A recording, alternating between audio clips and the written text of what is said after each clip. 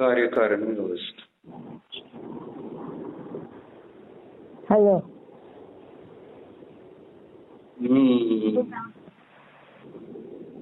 जेव्हा माझ्या जीवनातील अशांतीचे कारण शोधण्याचा प्रयत्न करू लागतो,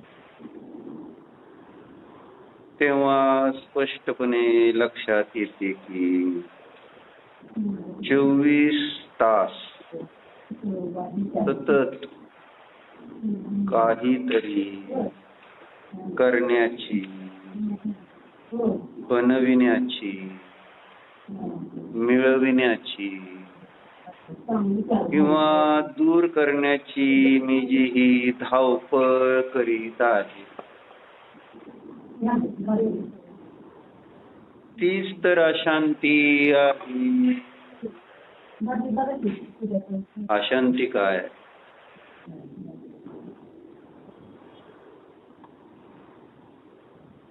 24 तास काहीतरी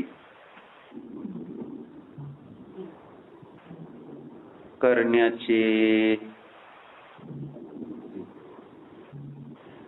विकल्प किंवा काहीतरी करत राहणे, क्रिया.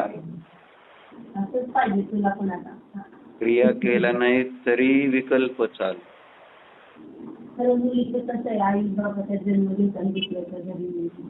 कधी क्रिया चालू आहेत आणि विकल्प दुसरेच आहे, आणि कधी क्रिया आणि विकल्प दोन्ही चालू. अशी अवस्था. ती चांगली कोणती? विकल्प चांगली, क्रिया चांगली,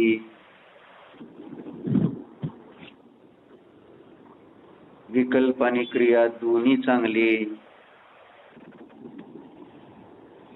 क्रिया चालू आहे पण विकल्प नाही, ती चांगली अवस्था का क्रिया पण नाही आणि विकल्प नाही? कोणती अवस्था चांगली?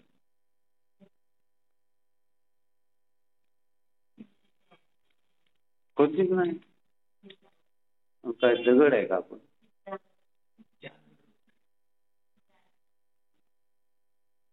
ते आता क्रिया नाही आणि विकल्प नाही म्हटल्यानंतर काय राहणार? क्रिया आहे, जाणणे.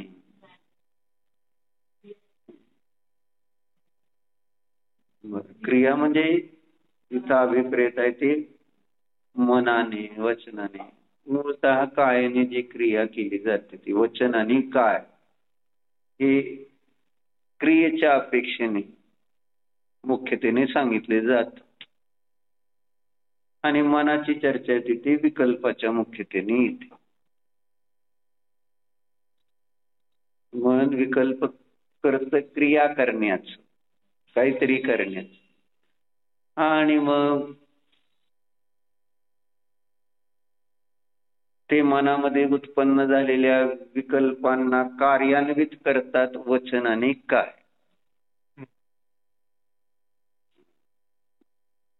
असं चाललेलं. तेव्हा वचन आणि कायाने क्रिया करतो आणि मनामध्ये त्यामुळं विकल्प वाढत जाते.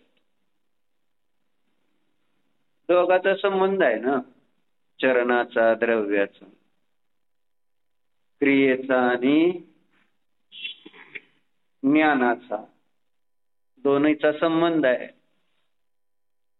एकांत नको. समयसार मध्ये आपण बघितलेले गाथा येते का नाही डॉक्टर? कोणती गाथा आहे ज्यामध्ये ज्ञान आणि क्रियेची चर्चा केली? तुम्हाला आवडती की गाथा? समयसार आणलाय तुम्ही? समयसार मध्ये किती गाथा आहे ती? 65.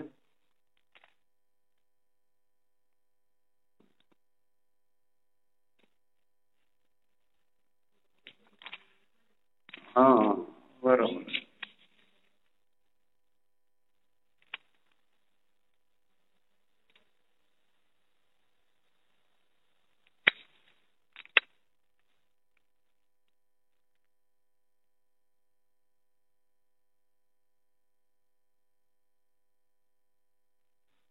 72 नंबर गाथेमध्ये दिली ती चर्चा. काय जीव होतं का? 72 नंबर गाथा आहे माताजी, ज्यामध्ये ज्ञान आणि क्रियेचा एकांत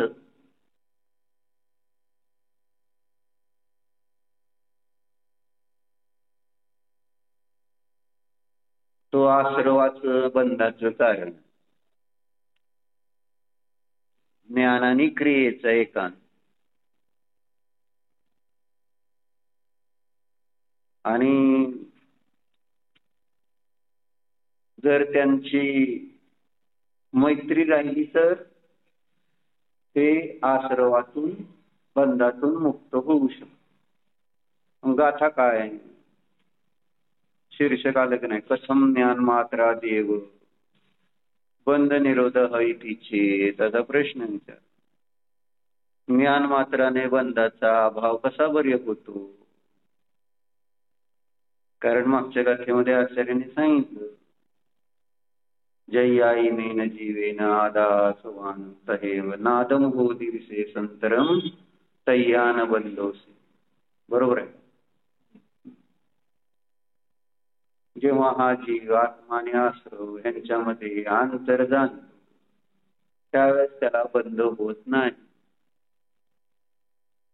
बंध न होण्याचं कारण अंतर जाणायला पाहिजे आश्रवामध्ये आणि आत्म्यामध्ये, असं त्यांनी सांगितलं. नव्हे, आत्मा आणि आश्रव यांच्यामधलं अंतर जाणणं हेच बंधाच्या अभावाचं कारण आहे. एवढंच करत राहायचंय, एवढंच करत राहायचं. दुसरं काय? संसारामध्ये प्रतिसमयाला काय औदयिक भाव आहेत, कर्माच्या उदयामध्ये होणारे औदयिक भाव, आणि त्या औदयिक भावामध्ये केलेले राग द्वेष मोह, आणि त्यामुळं काय होत असतो? आश्रव. आश्रव म्हणजेच तिथं काय सांगायचंय? आणि कर्माचा जो संचय आहे, कर्म आहे, भाव कर्म, त्या भाव कर्मामध्ये आणि आत्म्यामध्ये अंतर दिसायला पाहिजे असं त्यांना म्हणायचं. भाव कर्म आणि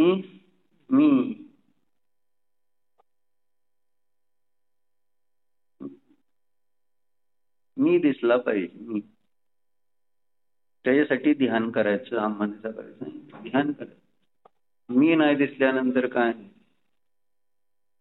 म्हणून मीच स्पष्टीकरण जे दिले त्यानुसार विचार करून, जे मी सारखं नाही, मी नाही, ते मी माझं नाही, आणि त्याच्यामध्ये रागद्वेष करायचा नाही. मी नाही त्याच्याबद्दल रागद्वेष करायचं काय कारण आहे? डोक्यावर पदर घेत.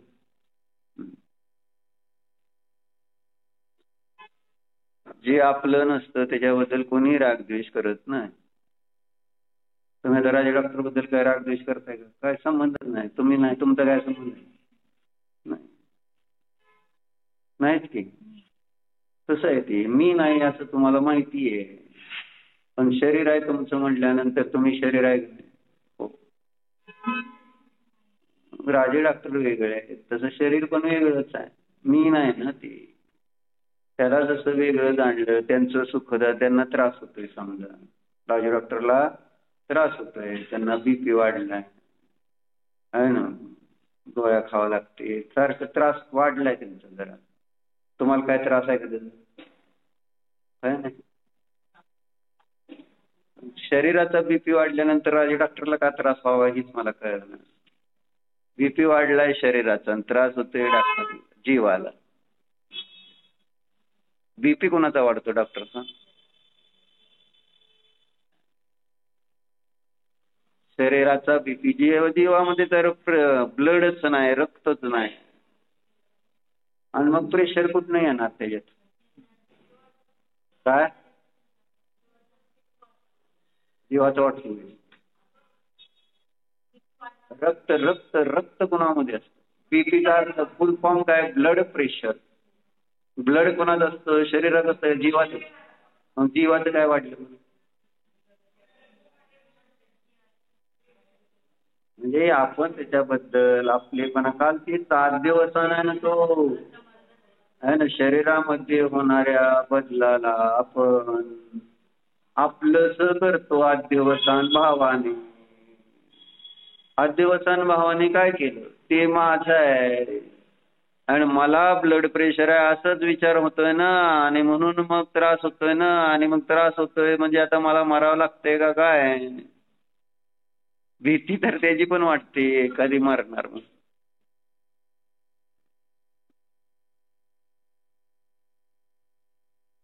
पण मरू शकतो कधी पण म्हणून आता आपण धर्मच करू फक्त असं थोडंच होतंय. घरीच जाऊ म्हणतोय माणूस.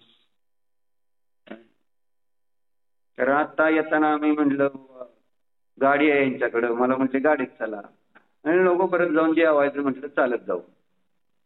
म्हणजे मला व्यायाम नाही ना म्हणून मी चालत येतो बस काय नाही. परत खाऊ तर घालणारच की सगळे काय असं म्हणणार आहे की बरं असू द्या खाल्लंय भरपूर राहू द्या संध्याकाळी नाही द्या चालते. तुमचा धर्म आहे खाऊ घालणे काही का असे ना समोरच्याचा काय त्रास झाला तरी खावा असं काय नियम आहे का? डॉक्टर 4 तासांनी भूक लागावायचा. जर आता महाराजांना भूक 4 तासांनी लागते का? व्यवस्थित जर आहार शरीराला दिला जर काही हालचाल केली नाही ना योग जर झाले नाहीत कुणाला 4 तासांनी भूक लागते? ज्याचा मनाचा वचनाचा आणि कायचा योग जेवढा अधिक असतो तीव्र असतो त्याला भूक लागू शकते. त्यातल्या त्यात कायेचा योग आणि वचनाचा योग असेल तर मनाच्या योगानं भूक लागेल नाही लागेल असं काय सांगता येत नाही. आणि त्याने भूक मरती मनाच्या योगानं. बरोबर आहे. वचन आणि कायाच्या योगाने मात्र हालचाल झाल्यामुळं ते तसा निमित्त नैमित्तिक संबंध होऊन भूक लागते. पण योगच नाही ना खायचं आणि बसायचं. काय काम काय? खाल्ल्यानंतर काय काम? विचारा माताजींना भूक लागते काय? उपवास करून सुद्धा भूक लागत नाही. कारण काय? योग कमी आहे.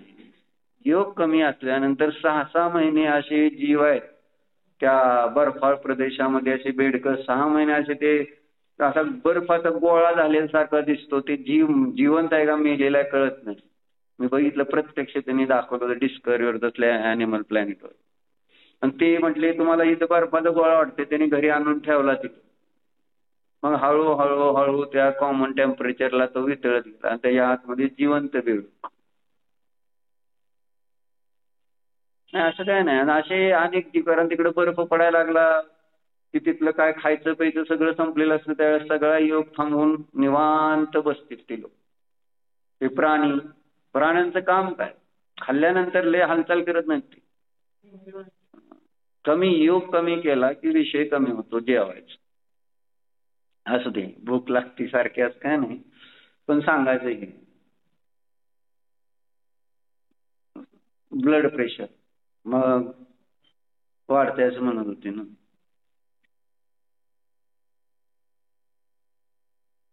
मग काय सांगत होतो मी? चालत यायचं चाललं होतं ना. मग म्हणजे ब्लड प्रेशर वाढलंय त्रास होतोय असं आहे ना. मग आता कधी मरू शकतंय? म्हणजे सगळेजणच कधी पण आता मरायची कोणाची कोणती म्हणजे आहे ना काहीच माहिती नाही कोणाला कोणत्या क्षणात मध्ये आयुकर्माचा क्षय होईल आणि आपण ही पर्याय सोडून शरीर सोडून दुसऱ्या शरीरात जाणार आहे असं कुणाला येता येत असं वाटलं सांग. आपण माघारी घरी जाऊ शकणार आहोत काय?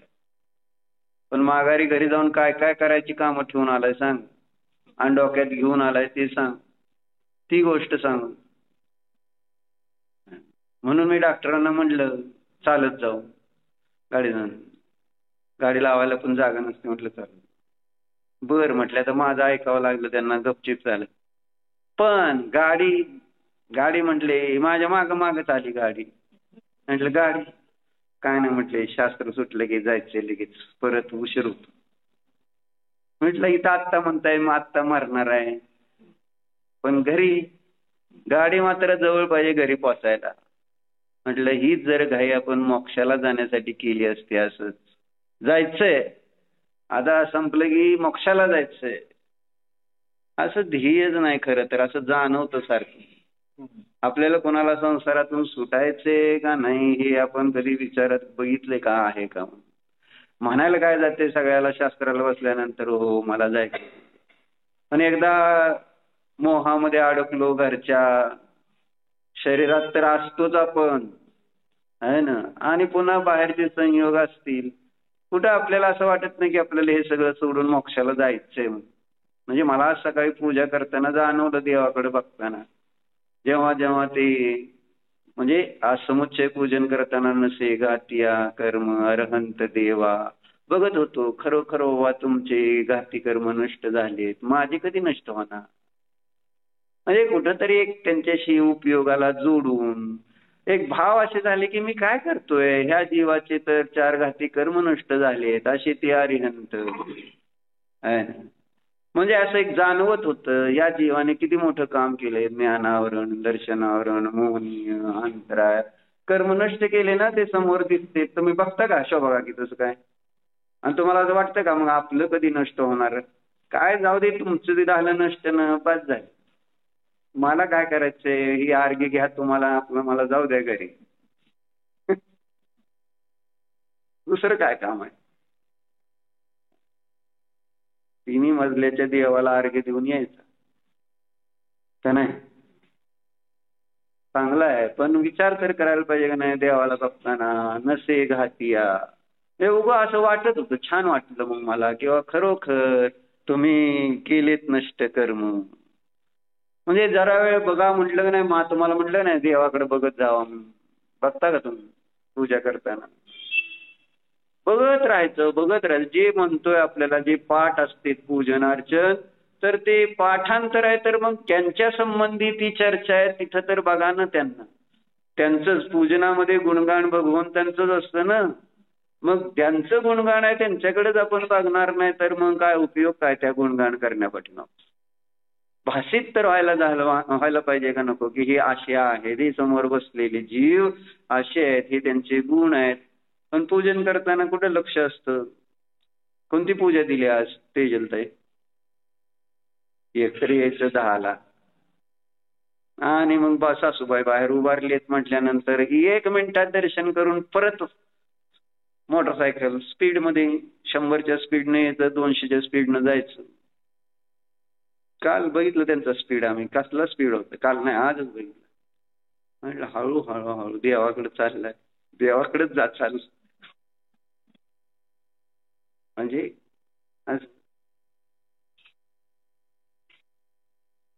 पूजा दिली का आज कोणती एखादी? नाही दिली. बरं म्हणायचं म्हणून मग आता काय म्हणायचं. मंदिरात तरी येते अजून, एवढं तर बरं आहे. मोटरसायकल येते म्हणून, नाही तर ती पण चालत जायचं असतं तर आला असतं का हो? विचारलं आपलं. म्हणजे वरच्या आता दहेगाव रोडला गेलेले फार आता आळस वाढत चालला ना. आता तिकडं इकडं कधी जायचं असं व्हायला, लांब झालं ना मंदिर. लांब झाल्यानंतर कसं थोडस प्रमाद होतोच की, का नाही होत?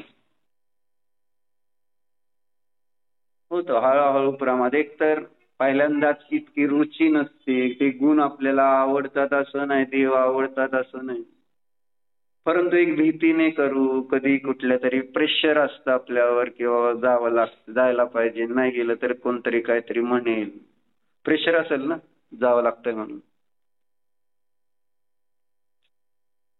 असं होतं थोडस. मुलं रोज जातात का मंदिरात सगळी?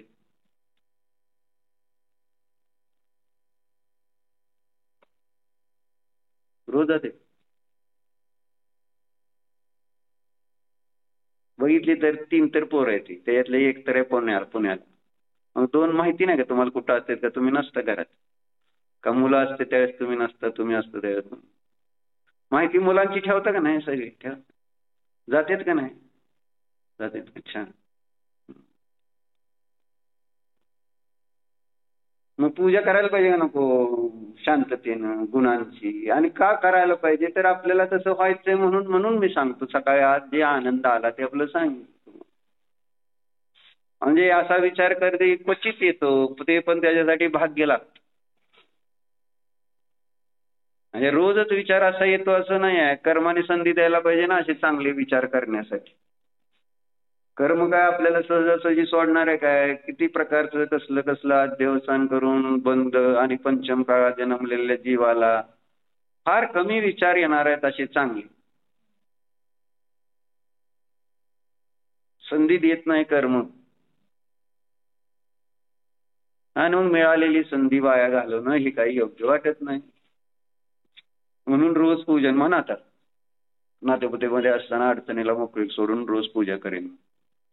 घेता का नाही आम्हांकडे? हा, पंचवर्ण साक्षीने सर्व दोषाचे प्रायश्चित म्हणून किती 1 वर्षासाठी का कायमचं कसं करायचं?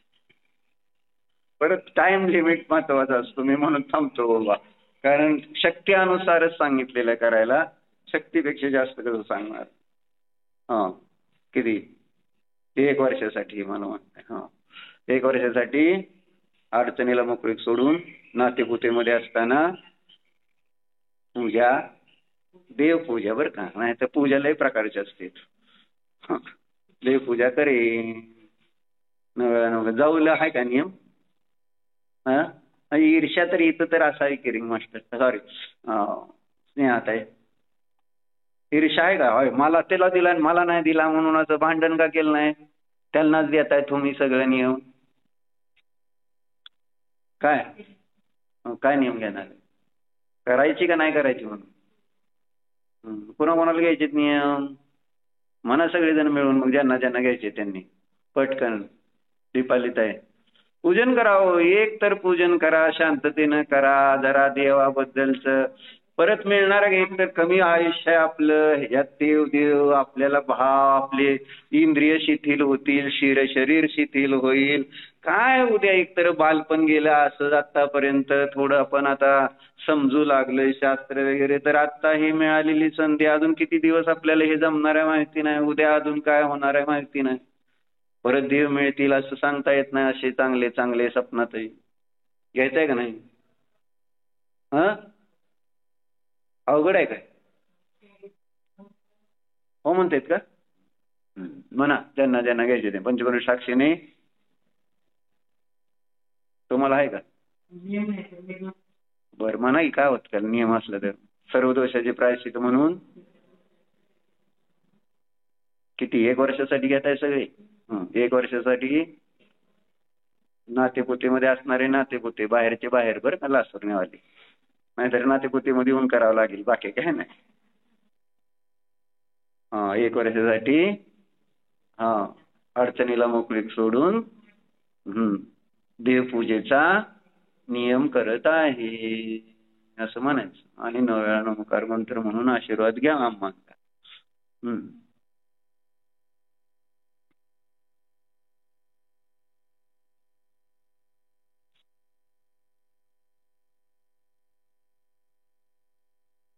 तुम्ही घेतलं का? सांग.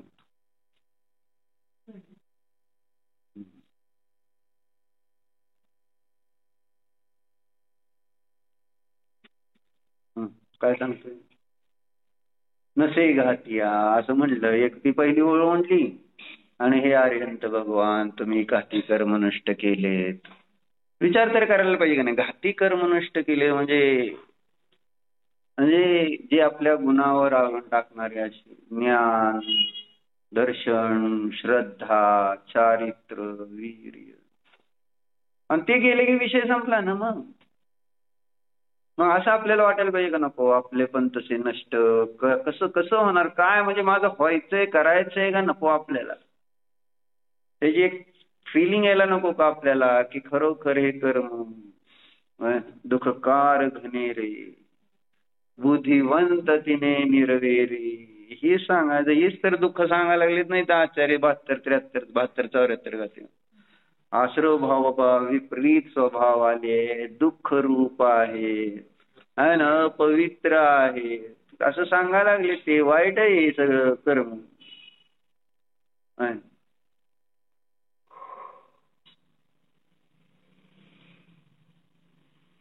परत पुढच्या वेळेत काय आलंय?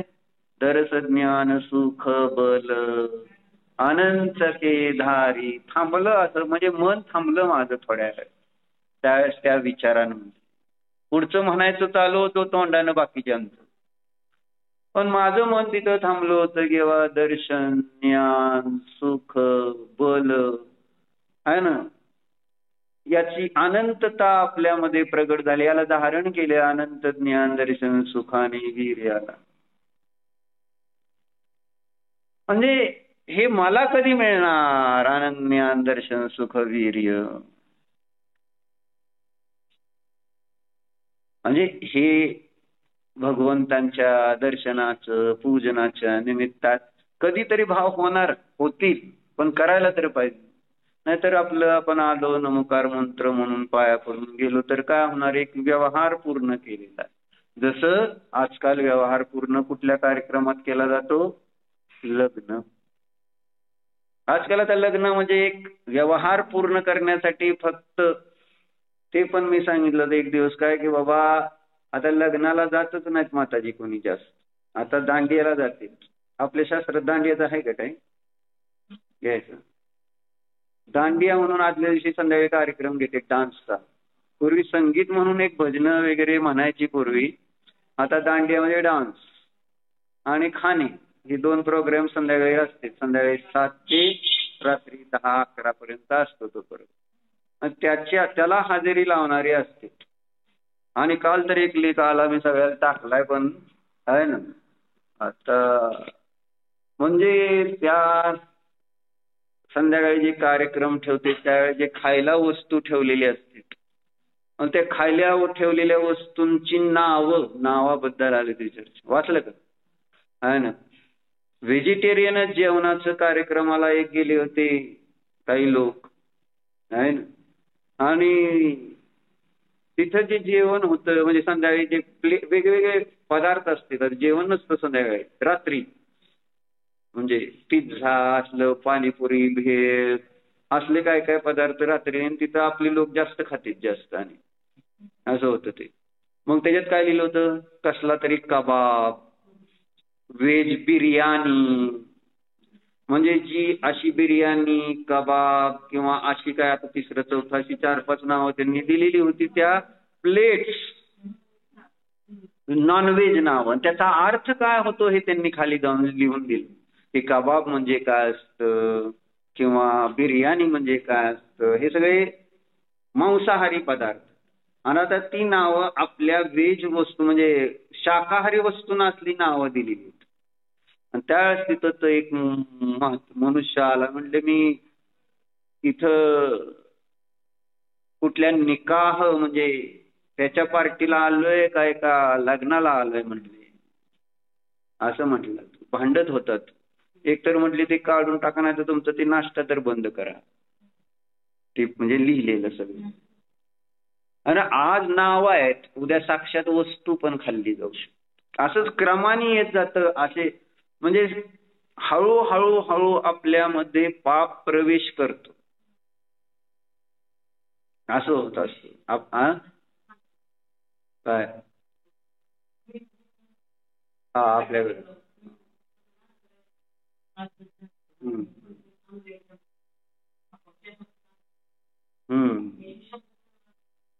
नाही चालेल. लोन नाही सगळीकडे तेच आहे. म्हणजे बोलण्यामध्ये विवेक पाहिजे.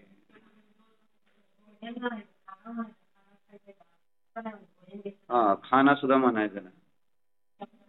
खाना सुद्धा शब्द अशुद्ध आहे. असे सगळं आहे.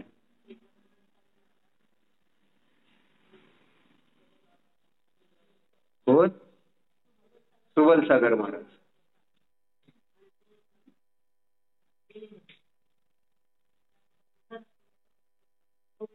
हम्म हम्म हम्म हम्म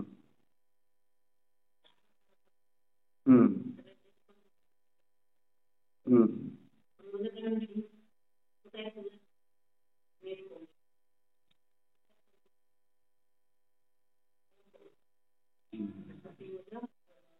हम्म. हम्म. म्हणजे गोळीचे आकार कसे केले.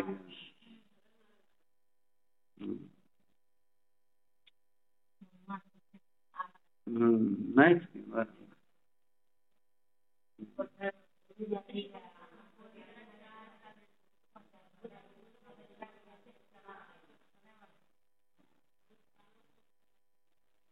सगळं खरं आहे बरं का तुमचं. पण करता धरता हरता तुम्हीच आहे त्याची. हे सुरू तुमच्यापासूनच होतंय. असं आहे ते. काय निघाला तर विषय आपला.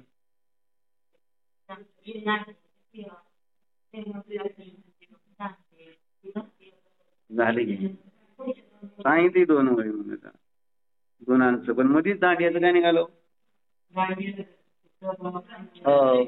कशासाठी सांगितलं मला माहित आहे मी काय काय सांगितलं. पण का संदर्भ पाहिजे.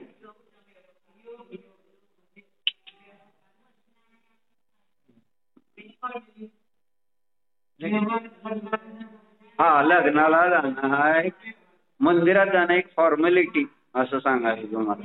हे लग्न सुद्धा जसं एक केवळ व्यवहार पूर्ण करते तिथं आता असं नाही की लग्न म्हणजे काहीतरी शुभ समारंभ आहे. जसं एखादं विधान घेतल्यानंतर तिथं विधानाला 2-4 दिवस थांबलं जसं जेवढे दिवस असतं तसं लग्न एक विधान नाही का. शुभमंगल एक विधानच असतं. विधानामध्ये एक धार्मिक कार्यक्रमाच्या दृष्टिकोनातून सहभाग पूर्वी कसे घेत होते लोक. म्हणून 2, 3, 4, 8 दिवसाचं लग्न असायचे. पाहुणे मंडळी 8 दिवस 15 दिवस महिना जायचे आहे ना. आता अक्षताच्या टाइम एक तर दांडियाला येऊन निघून जाणार हे सांगायचं होतं. नाहीतर अक्षता टाकायला फक्त तोंड दाखवायचं. अक्षता टाकायच्या तोंड मी आलोय बरं का. बर त्याला बी वेळ नसतोय नाही. हा जय जय चल एवढाच व्यवहार पूर्ण. तसं मंदिरातला माझा व्यवहार होतोय का. देवा मी आलोय बरं का. प्रेझेंटी जसे आजकाल मुलं कॉलेजमधले असते तशी प्रेझेंटी लावायची. म्हणजे आपण तिथं प्रेझेंटी लावायला जायचं का मंदिरात. आणि तिथं जातोय तर काही शिकायला जायचं ना. ती एक शाळा आहे. अलौकिक शाळा आहे ती. ज्याच्यातून आपल्या सगळ्या अशांतीचा दुःखाचा संसाराचा नाश होणार आहे असं ते अशी ती शाळा आहे. आणि त्या दृष्टिकोनातून प्रवेश तिथं करावा. आणि मग तसंच काहीतरी घेऊन घरी जावं. जसं शाळेत आपण काहीतरी शिकून जातो घरी तसं मंदिरातनं घरी जातो जेव्हा त्यावेळेस काहीतरी शिकून जायला पाहिजे की नाही. रोज एक धडा. आणि तो धडा शिकून जाण्यासाठी आपल्याजवळ स्वाध्याय पाहिजे ज्ञान पाहिजे.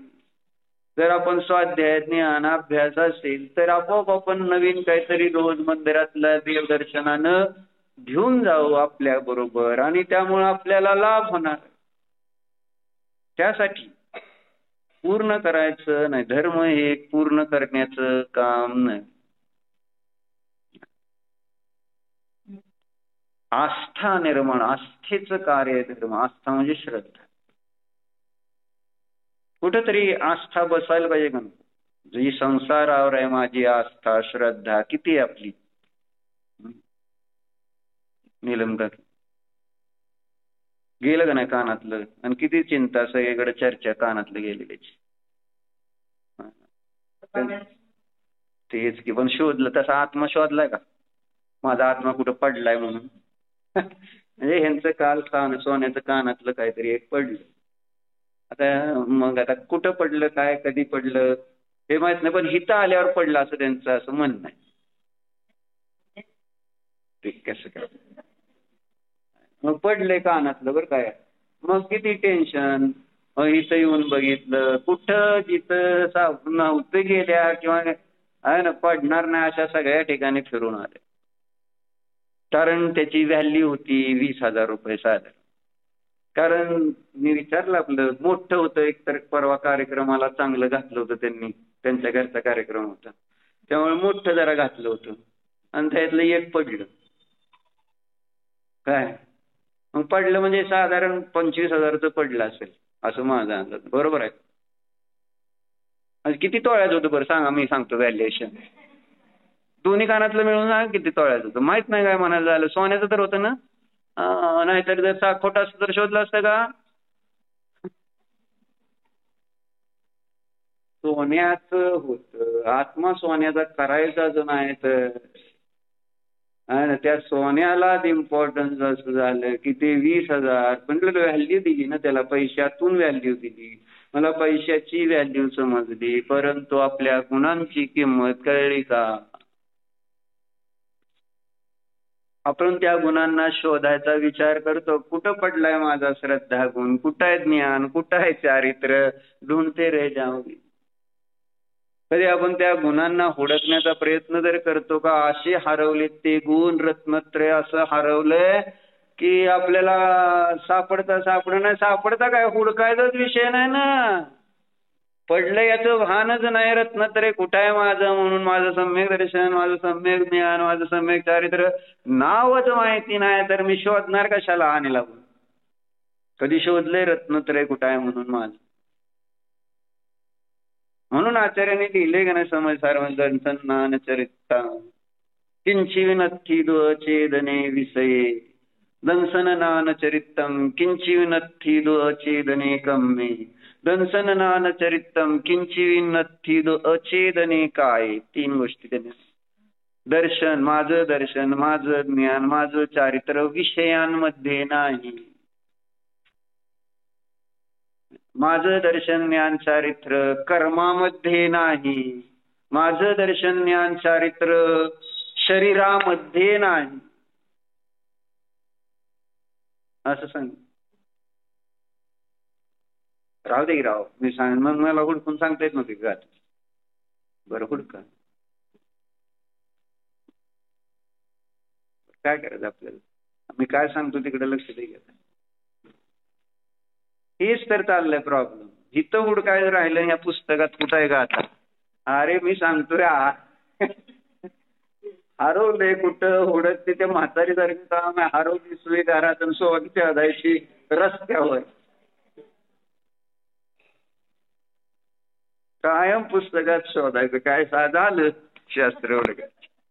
अरे सगळा आत्मा आहे, तू आत्म्यात शोधायचं. जे काय असेल ते दोष असो गुण असो सगळं इथं शोधून दोष काढा, गुण ग्रहण करा. याच्यासाठी आहे शास्त्र, याच्यासाठी आहे दर्शन. पण ते हरवल्यावर आपण तेवढी चिंता करतो आणि ते हरवलेलं असतं का नसतं? हरवतं का नाही? विस्मरण म्हणजेच हरवणं. आपल्या लक्षात तर असतं का जेव्हा आपण त्या सोन्याची रिंग पडल्यानंतर तुमच्या लक्षात तर राहिलं का माझा काय संबंध नाही, किंचनोहम, मी तर निसंग आहे. परमाणू मात्र देखील परिक्रमा जाण आहे. केला असेल की आता काय करावंच लागणार. आली बर, आता काय करणार मग? गेलं म्हणून करावं लागलं. पण आधी हुडकायचा प्रयत्न तर करावा लागला.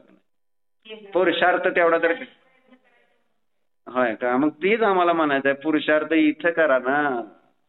तिथं तुम्हाला पुरुषार्थ करायचाच असं तुम्हाला वाटलं आणि त्यावेळेस तुम्ही लाजला नाही, काय असं घाबरला नाही. बघायला पाहिजे, ती शोधलं पाहिजे. कसं आता ती पडले तर बरं पडू द्या, काय त्याला इतकं विचार करायचा असं म्हणून आपण गौण झालो नाही त्याच्याप्रती.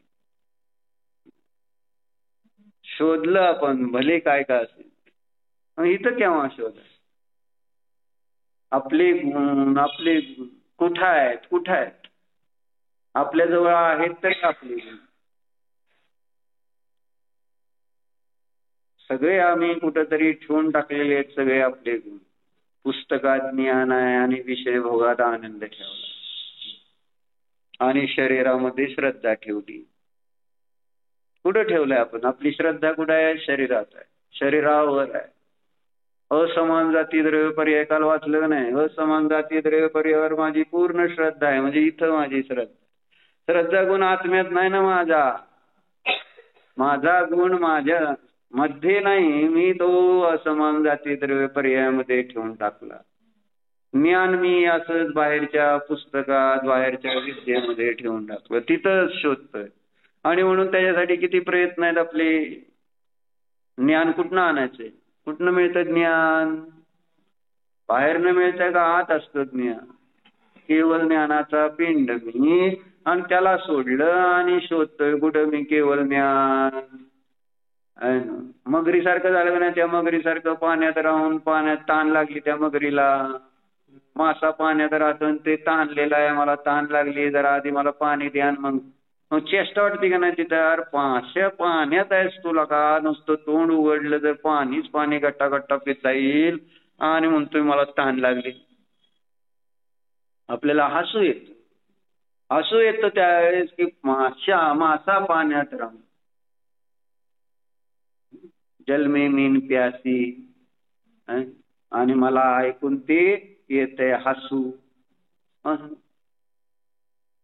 तसं इथं मी स्वतः ज्ञान आणि आनंदाचा पिंड. कधी ओळखायचं आपण असं आपल्याला? असं आपल्याबद्दल कधी कॉन्फिडन्स येणार? हो मी ज्ञान आनंद स्वभाव आहे, बस विषय संपला.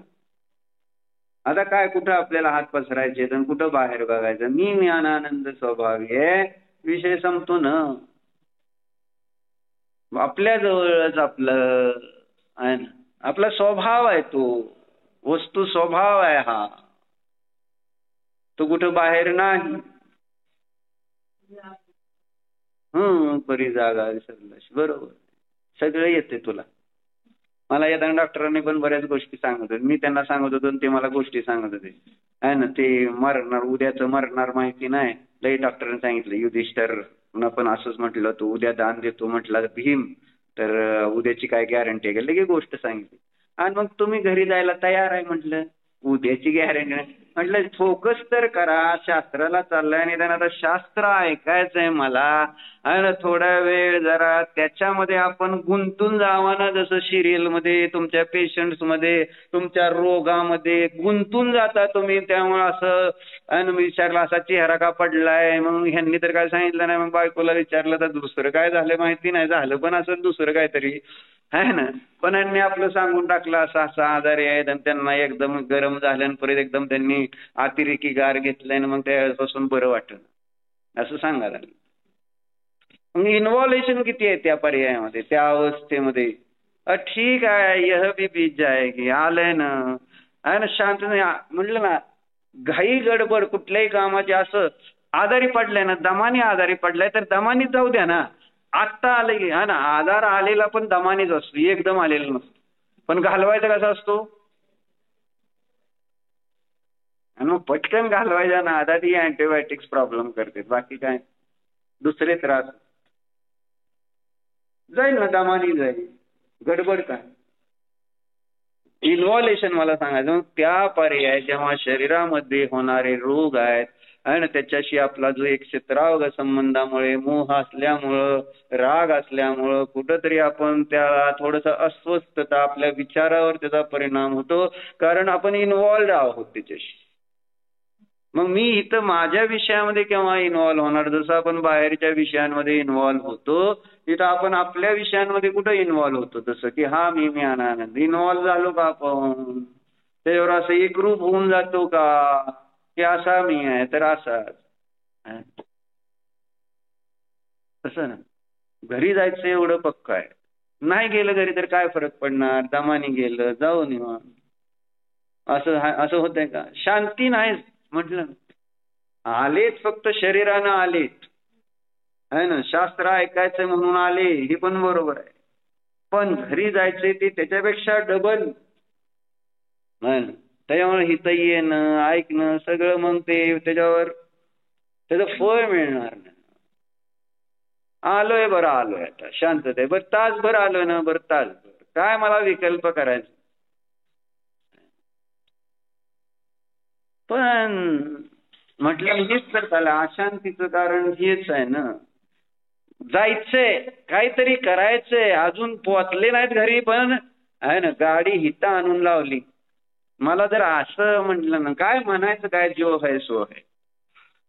आता इथं गाडी आणायची काही गरज होती का? हो, इथनं परत माझ्याबरोबर 2 पावलं चालत गेले असते घरापर्यंत. थोडं शास्त्र ऐकलंय, थोडं ते पण दमानी घेतलं तर दमानी सोडा ना शास्त्राचं पण. पण शास्त्र असं धक्क्यात सोडलं जातं इथनं, आहे ना, विग्रह गतीप्रमाणे. म्हणजे या गतीतनं त्या गतीत जाताना जसं सगळं मागच्या गतीतलं पूर्ण विसरून जातं, तसं इथनं बाहेर पडलं की शास्त्र पूर्ण विसरलेलं असतं. काय झालंय काय नाही. तुम्ही म्हटलं बायका जशा ते सकाळी आम्हाने तर इतकं भारी उदाहरण म्हणलं, काय चमत्कारिक बायका असतील. आहे ना, 2 बायका मंदिरातनं काय पूजन अर्चन करून बाहेर येऊन आहे ना गेली गर्दी, 2 बायका गप्पा मारत उभारल्या रस्त्यात मंदिराच्या समोर. आता गप्पा चालू आहे त्यांच्या, इकडून गाड्या आल्या इकडून गाड्या आल्या, ट्रॅफिक थांबलंय म्हटलं आम्हा काय.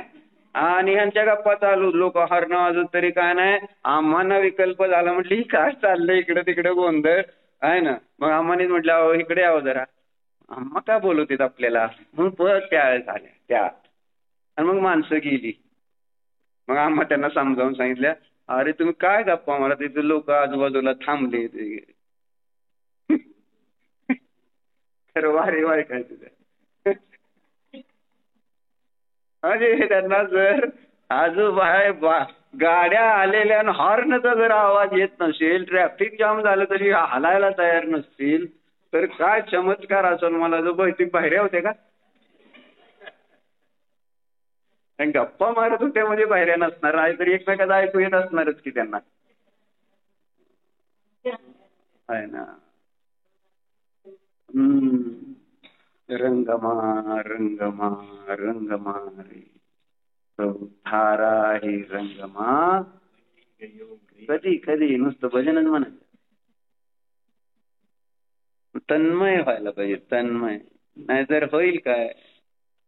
मला पण अशी भीती वाटली. मी पण असं कधी कधी म्हटलं ना, असं होतं की थोडस काय म्हणायचं त्याला, आता विशिष्ट क्रिया ह्या वेळेस ही केली पाहिजे असं उगच, आणि ते तसं औपचारिकता फॉर्मॅलिटी होऊन जात. म्हटलं मरताना माझी फॉर्मॅलिटी नको व्हायला. खरोखर माझं मरण मला समाधी साधायची. नाहीतर मग लोक आलेत म्हणून मला असं करायचंय, मला तसं करायचंय, मला असलेच काहीतरी खोटे विकल्प. म्हणजे आता मगाशी दुपारी ध्यान करताना ते जाणवलं. म्हटलं मला माझी जी क्रियेची फॉर्मॅलिटी राहू नये. कारण सारखं सगळीकडे मी फॉर्मॅलिटीज बघतोय. कसं करायचंय, केव्हा काय करायचंय, कसं बसायचंय, कसं उठायचंय, कसं बोलायचंय, आणि कोणत्या वेळेस काय असलं पाहिजे, असं लोकांना दाखवण्यासाठी. असं मरताना होऊ नये. भाव राहिले बाजूला, लोकाला तर मस्त असा बसलेला दिसेल मी, आणि लोकांसाठी तसं जर चाललं असलं तर काय उपयोग आहे. शेडजी सारखा मरून बिडूक व्हायचो मी त्या विहिरीत. आणि लोक म्हणतील हे सामाय करत मेला म्हणजे स्वर्गाला गेला असेल बाबा.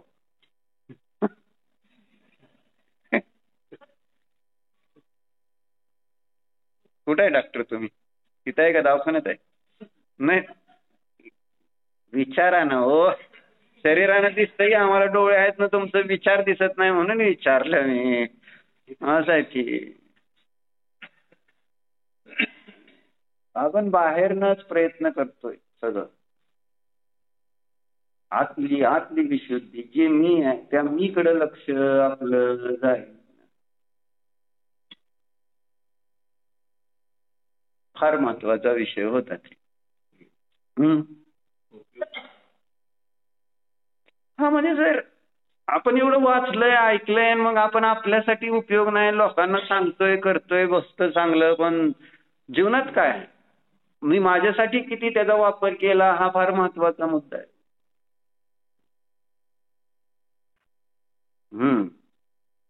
नुसते विकल्प करण्यात म्हटलं मनाने विकल्प आणि वचन कायाने क्रिया असं होत. बरोबर. मग चर्चा आपली चालली होती कोणती? ज्ञान आणि क्रियेची. मन हे ज्ञानाचं म्हणजे विकल्पांचं, आणि शरीर वचन क्रिया पण ज्ञान आणि क्रियेची मैत्री पाहिजे. एकांताने नुसतं ज्ञान कामाला येणार नाही, एकांताने नुसती क्रिया कामाला येणार नाही. कारण इथं चर्चा याच्यावरून निघाली होती की बाबा आश्रव आणि आत्म्यामधले अंतर जाणणं हेच बंधाच्या अभावाचं कारण आहे. तेव्हा इथं शीर्षक 72 गाथेला घेतलं त्यांनी की कथम ज्ञान मात्रा देव बंध निरोध हा इतिचे. ज्ञान मात्राने बंधाचा अभाव कसा बरं होऊ शकतो? काहीच करायचं नाही, नुसतं जाणलं की बंध नष्ट होतो काय, असा प्रश्न केलेला. मग आचार्याने उत्तर दिलं की जो आश्रवाला जाणतो कसा असुची विपरीत स्वभाव आलं दुःखाचं कारण रूप आणि तेव्हा तो त्या आश्रवापासून काय होतो, निवृत्त होतो, असं लिहिलं. अमृतचंद्राचार्याने जी जी टीका लिहिली ती छान लिहिली आहे. आपण त्याचा हिंदी अर्थ वाचतो. काय कुठे गेलं तेच आहे.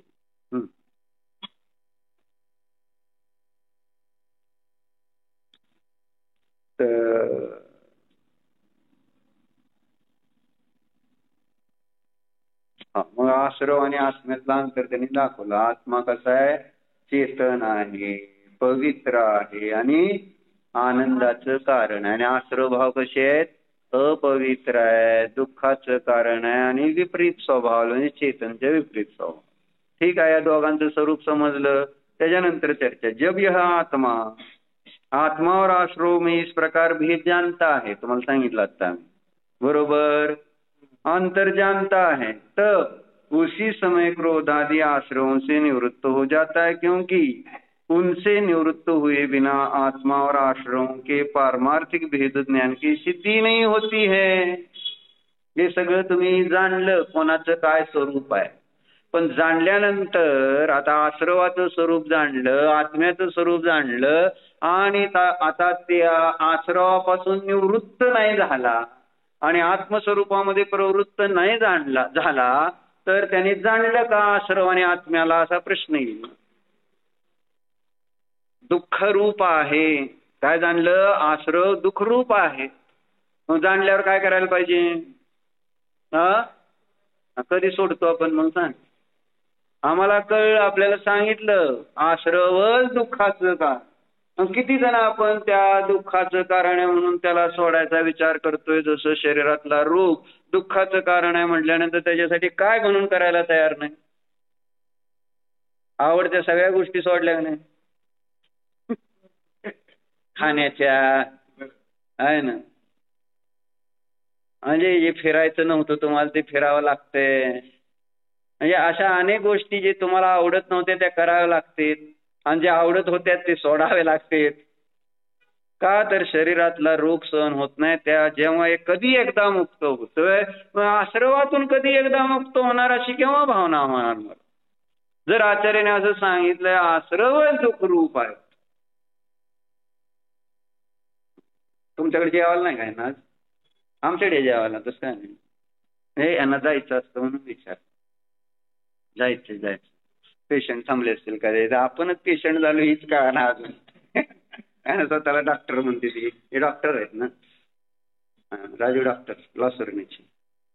आणि काय तिकडे पेशंटची काळजी आणि हे स्वतःच पेशंट आहेत सध्या. तर सांगायचं ही शरीरातल्या रोग त्याच्यापासून मुक्ती पाहिजे.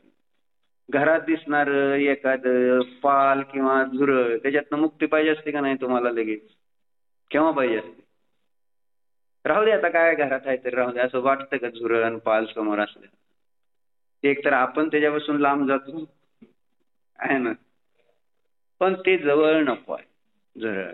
मग आश्रव हे पालीसारखे अंगावर जर पाल पडले तर काय होईल.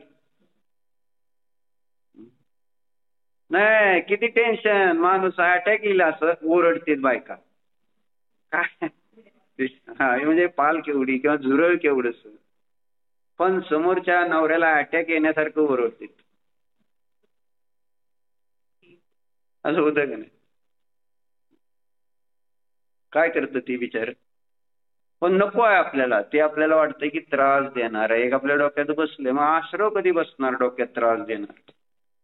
हे मला त्रास देत, माझ्या जीवाला त्रास देते, भयंकर त्रास देते. समजावतं म्हणजे त्याची एक विचार करावा लागेल. आश्रव ही तत्व भाषा समजतो तत्वातून, आश्रव शब्द. पण आता ते रोजच्या जीवनामध्ये आश्रव म्हणजे काय, औदयिक भाव, राग द्वेष मोह क्रोध, आपण आत्म्याच्या अनुभूतीच्या भावामध्ये सगळा आश्रवच आहे. अशुभ किंवा शुभ आश्रव चालूच आहे. आपण म्हणत नाही शुभ और अशुभ की ज्वाला से झुलसा है मेरा अंतस्थल, शीतल समकित किरणे फूटे संवर से जाने. आणि झुलसा म्हणते तो झुलसा. झुलसा कळते का? म्हणजे आग अग्नी जवळ असेल किंवा बाहेर उन्हात जरा चालत आलं तर असं जिथे गरम झळया लागते, तसं झुलसा आहे. आश्रमामुळे मला झुलत आहे.